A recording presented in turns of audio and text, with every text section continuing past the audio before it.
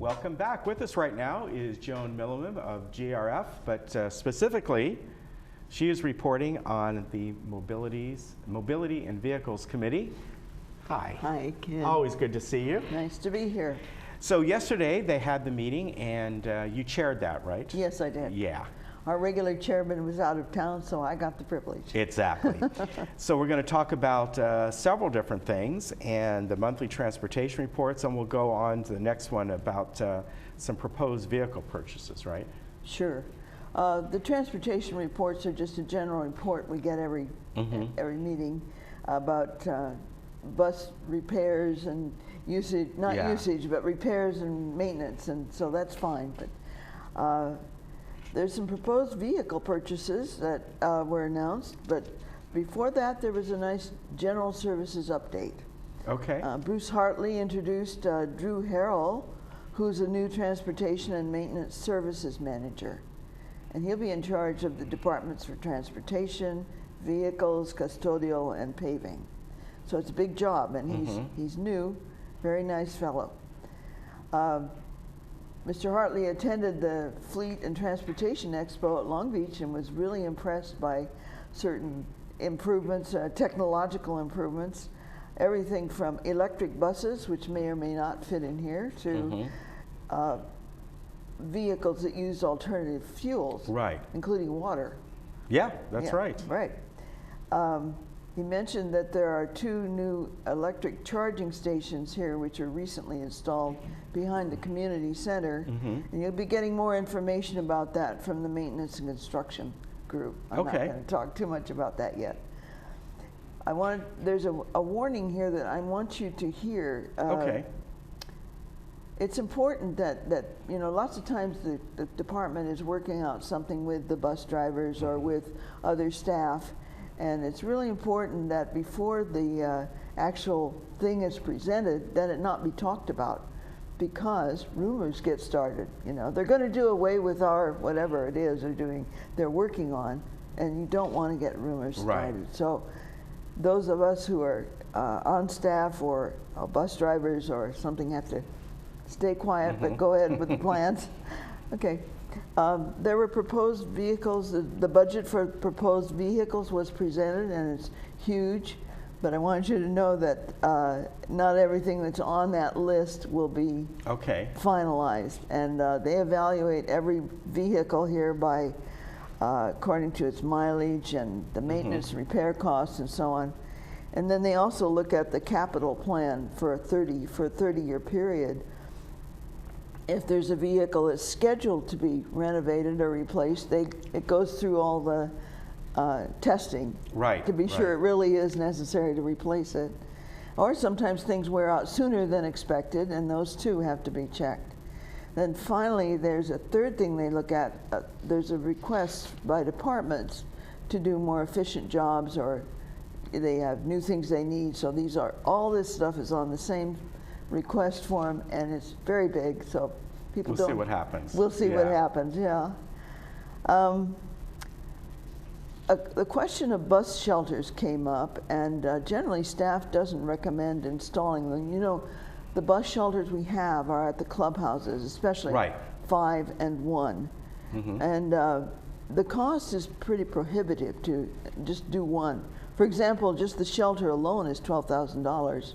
And installing it can range from $15,000 to $30,000, depending on what kind of grading or concrete or electrical. There's all kinds of things they have to look at.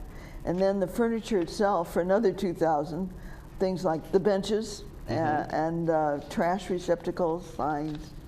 Right. So and besides, the item is unbudgeted. And each one requires an ADA compliance. That is a long ramp, flat place where people with wheelchairs and walkers can get in. And you look at Clubhouse 5 and 1, and you'll see this, and it takes up a lot of space. Right, so they do, You can't just shove them anywhere. And not all residents want a shelter in front of their place. That's another thing. Yeah, exactly. So the aesthetic impact. So right now, they're not going to do bus shelters around the routes. And we got a report from Becky Jackson about the Easy Rider marketing, bus marketing and advertising. And the monthly excursions and the weekly Tuesday destination shopping trips are very successful. Yeah, they are. The excursions are selling out practically before they're mentioned, you know. So everything is advertised in the Breeze and weekly emails and What's Up in the Village and bus information meetings and on Channel 6. The bus information meetings are open to everybody who wants to know more about buses, and they take place on the third Wednesday in Clubhouse 1 and the fourth Monday in the Towers. So everybody gets a chance. Those meetings are terrific. You know, all kinds of things that you don't know about on the buses happen, and it's important to go.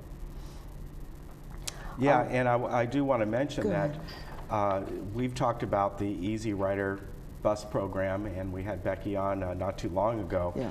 And they're always looking ahead, not just their weekly excursions, but special excursions. In the past, they've gone to the Bowers Museum, for example. That's right. And now Laguna Beach is coming up, and I understand that's full. Yeah, they fill up very quickly. Yeah. So some people have problems, you know, with riding the buses. They need the bus and they don't know quite what to do. I recommend that they call Becky and at the center on 949-597-4659.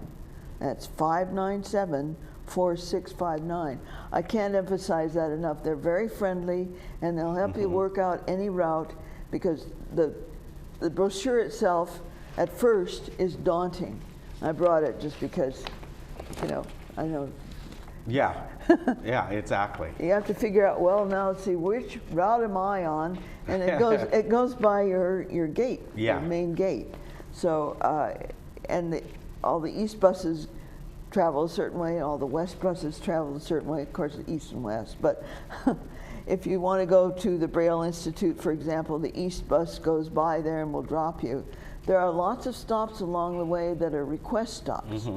And sometimes people think that the bus is automatically going to stop there. It's not. So when you get on, tell the bus driver you want to go to whatever, say the Taj Mahal.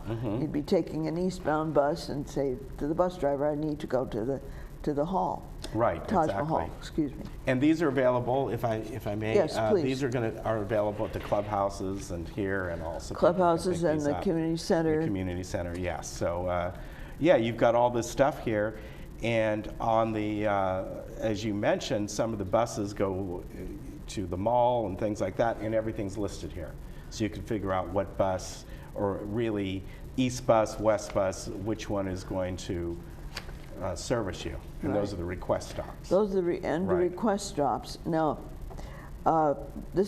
if you have to go on the bus before hours or after hours, you go to plan a ride.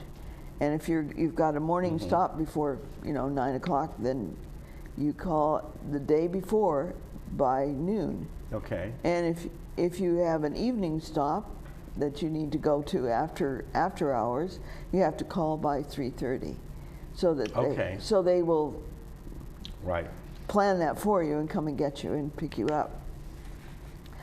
Now the last thing we talked about briefly was special bus requests. You know, so often a group needs to go somewhere, and like the Harmoniers or Symphony, and so we asked them to do some research about, well, what have we done in the past.